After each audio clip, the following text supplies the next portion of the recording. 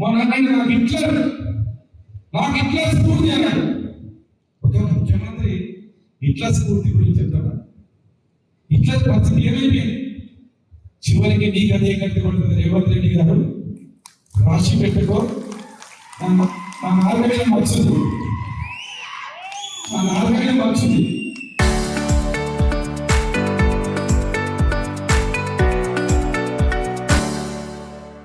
నేనేం చెప్తాను, ఎవరిని నేను తిట్టితే మాత్రం నాశమైపోతుంది. తిట్టినప్పుడు ఆలోచన చేస్తాను. నేను మొన్న కొల్లాపులో చెప్పిన రాసి పెట్టుకో, రాసి పెట్టుకో, రాసి పెట్టుకో, మళ్ళీ ఓడిపోతున్నావు.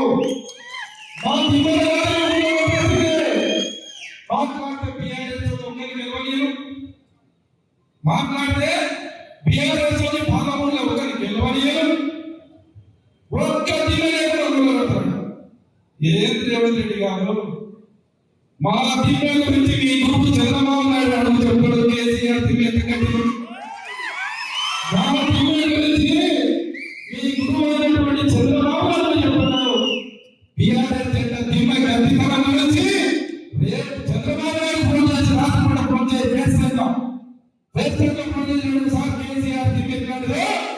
ఆయన అడుగు చెప్పాడు, చంద్రబాబు నాయుడు అడుగు చెప్పాడు. కేసీఆర్ దిమ్మె ఎంత గట్టి ఉందో ఒక్కసారి కేసీఆర్ సరే మన చంద్రబాబు నాయుడు లేకపోతే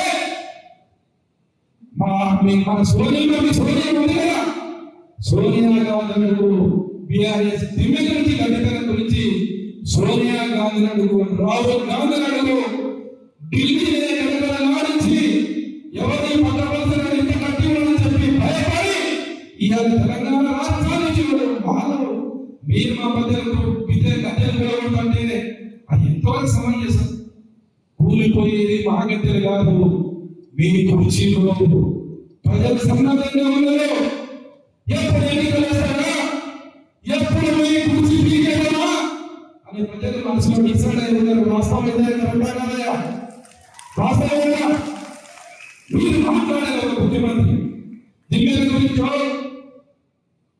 అరెస్టుల గురించో కాదు మాట్లాడాల్సి. నీవు ఇచ్చిన గురించి మాట్లాడు, నీవు ఇచ్చిన 6 గ్యారెంటీల గురించి మాట్లాడు. కానీ మాట్లాడితే అబద్ధాలు అన్ని చెప్పుకుంటూ ఇలా కాలేజీ మూసినాడు. నీ మూసేవారికి కావాలి ముందు మా రైతులకు పైసలు కట్టాడు. నీ మూసికే వల్ల లక్షల కోట్లు వస్తాయి. మా రైతులకి రైతు మందికి పైసలు కావాలి. మా ఆడపిల్లలకు 2000 పైసలు కావాలి. మా ముసలి 4000 పైసలు ఉండవు. మా ఆడపిల్లల పెళ్ళైతే 40,000 పైసలు ఉండవు. నీ మూసికి మాత్రం 1,00,000 కోట్లు ఎడికే వేస్తున్నాయి. ఆ పని చేస్తే ఈ పని చేస్తే పైసలు రావు. అందుకే ఆ స్కీమ్ల మీద నీకు ధ్యాస, ఈ స్కీమ్లు పెట్టుకొని కొత్త స్కీమ్లు పెట్టుకొని ఇవాళ కాంట్రాక్టర్లతో కమిషన్ తీసుకొని ఇవాళ పైసలు సంపాదించాలి. వచ్చే ఎన్నికల్లో రేవంత్ రెడ్డి గారు ఒకటి ఆలోచన,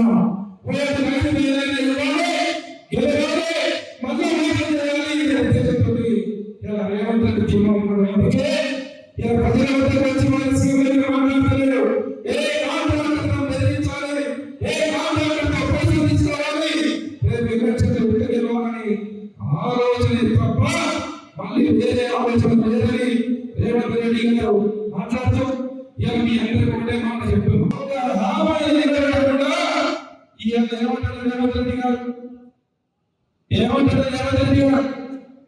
కోర్టులు వేసి కేసీఆర్ తిట్టాలి, తప్పని ఒప్పుకోవాలి. నేను 2-3 రోజులు మన కేసీఆర్ మీద ఒకటి ఛార్జ్ చేస్తారు.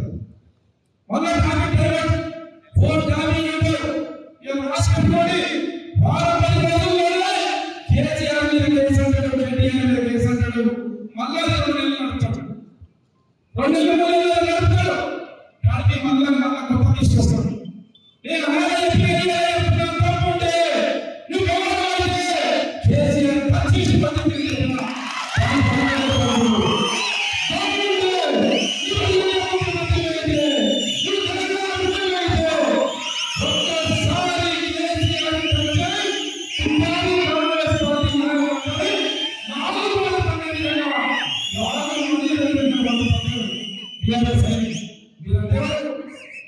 ఎవరు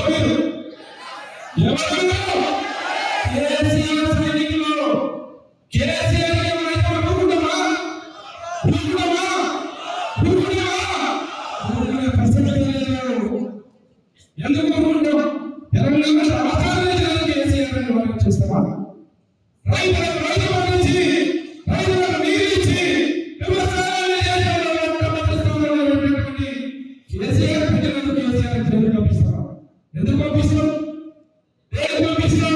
చదువులైతే కేసీఆర్ కొత్త గొప్ప సీట్లు పెట్టు.